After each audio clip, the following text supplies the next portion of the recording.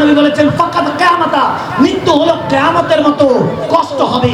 আপনি যখন অনুভব করবেন তখন আপনার অন্তর কলিজা ফেটে যাবে, কাদের জন্য করলাম, কাদের জন্য করলাম, কে ছিল, অথচ আপনি একা এসেছেন। রব্বে কারীম 3খানা কাপড়ের ব্যবস্থা করছে, মা বোনদের জন্য 5খানা কাপড়ের ব্যবস্থা করছে। এসেছিলেন খালি, আল্লাহ তো আপনাকে উলঙ্গ পাঠাতে পারতো, কিন্তু উলঙ্গ পাঠাচ্ছেন না, আপনার জন্য মেহমানদারি করছেন। আল্লাহ তাবারক ওয়া তাআলা হুকুম দিয়ে রেখেছেন বান্দাদেরকে, যখন বান্দা ইন্তেকাল করবে তাকে ভালো মতো গোসল করাও, আস্তে আস্তে করাও। মাইয়েতের লাশের উপরে যাতে একটা পিঁপড়াও না চলে, কারণ একটা পিঁপড়া থাকার একটা পাহাড়ের মতো পাথর থাকা সমান, এত কষ্ট হয়। এই জন্য আস্তে আস্তে গোসল দেওয়ায়, এই পিট করে আস্তে আস্তে ধোয়ানো হবে আমাদেরকে, আপনাদেরকে।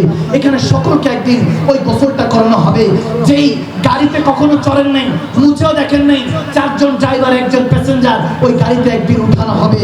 যখন আপনাকে ওই গাড়িতে উঠিয়ে নেওয়া হবে বান্দা, ওই মঞ্জারের কথা ভালোভাবে ভাবো। খোদার কসম করে বলছি, মৃত্যু the best solution in the life, whole life.